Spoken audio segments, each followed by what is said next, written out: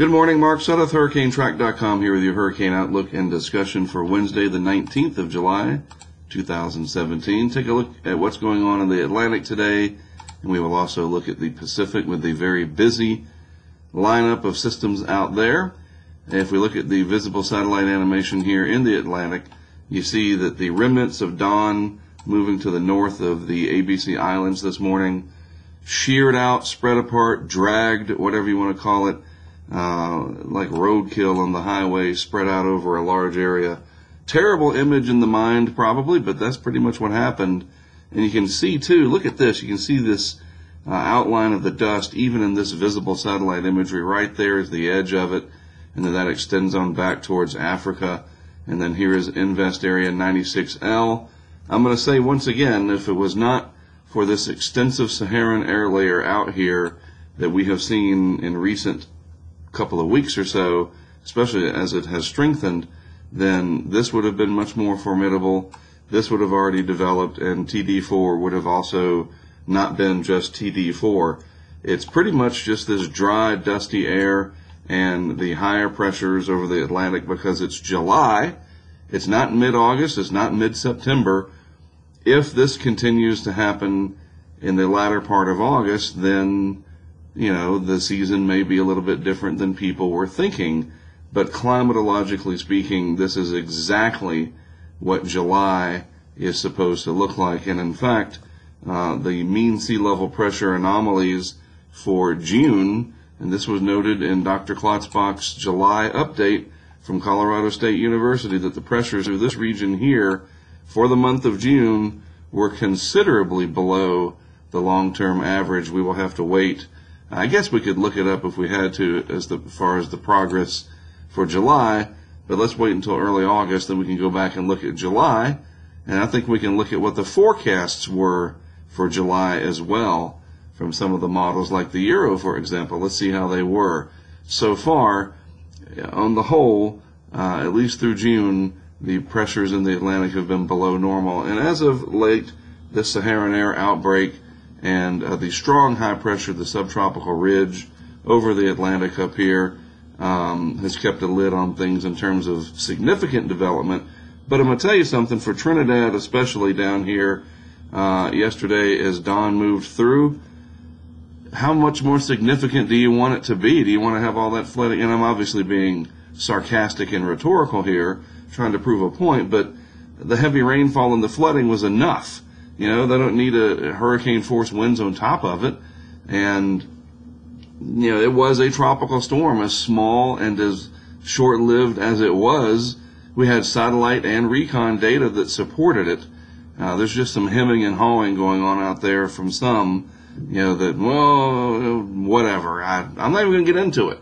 It is what it is, and the people in Trinidad, we feel for you. It's quick recovery, folks, all right? Come on, because you got a lot of season left, so get back on your feet, and hopefully, we won't have any more incidences like that. We had Brett and now Don.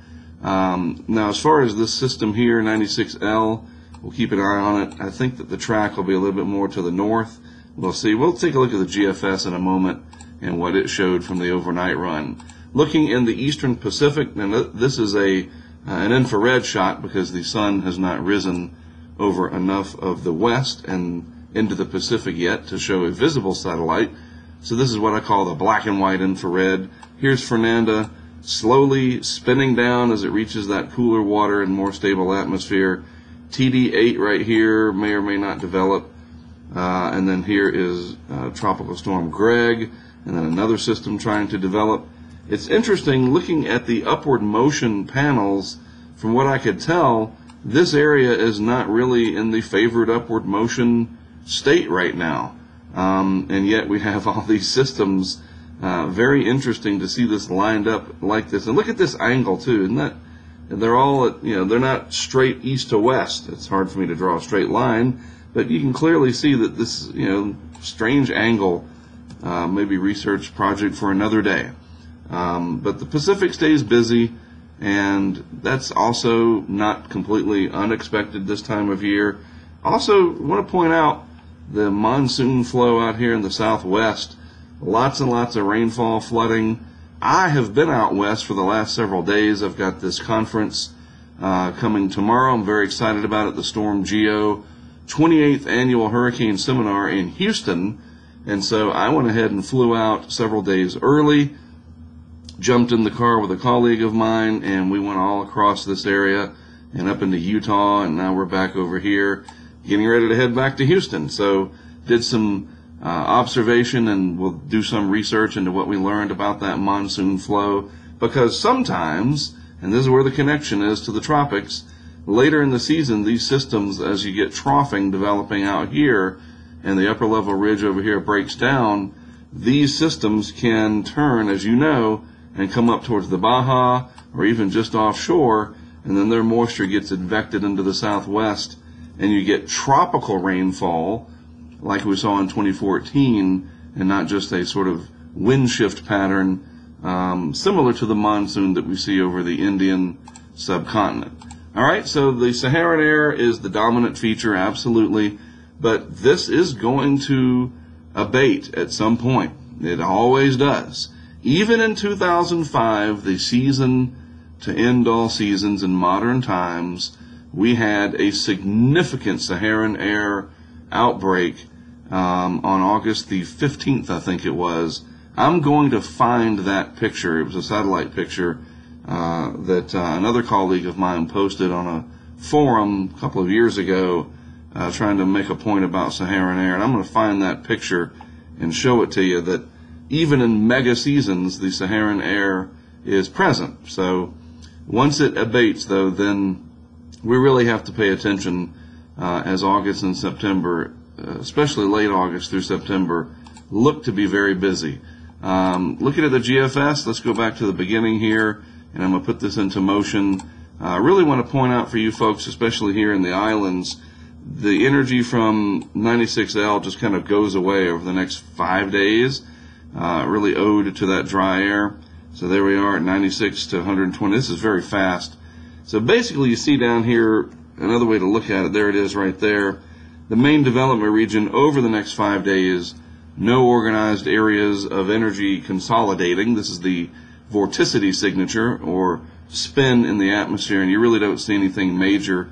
None of these green blobs headed towards the islands, and so that's great news. Gives the folks in Trinidad especially, and elsewhere, a time to dry out and not have to worry about looking east for any more trouble from the tropics. And the Gulf, Caribbean, rest of the Atlantic, very quiet as well. All right, so tomorrow is conference day.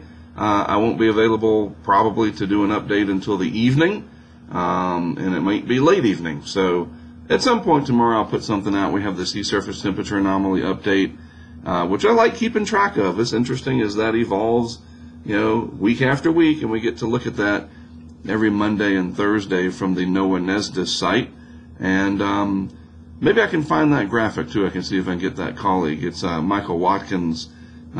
See if he can send me that picture from August 15th, 2005, and I'll show you that the Saharan air layer, it's just part of the package, and when it goes away, you'll wish it's back, put it that way.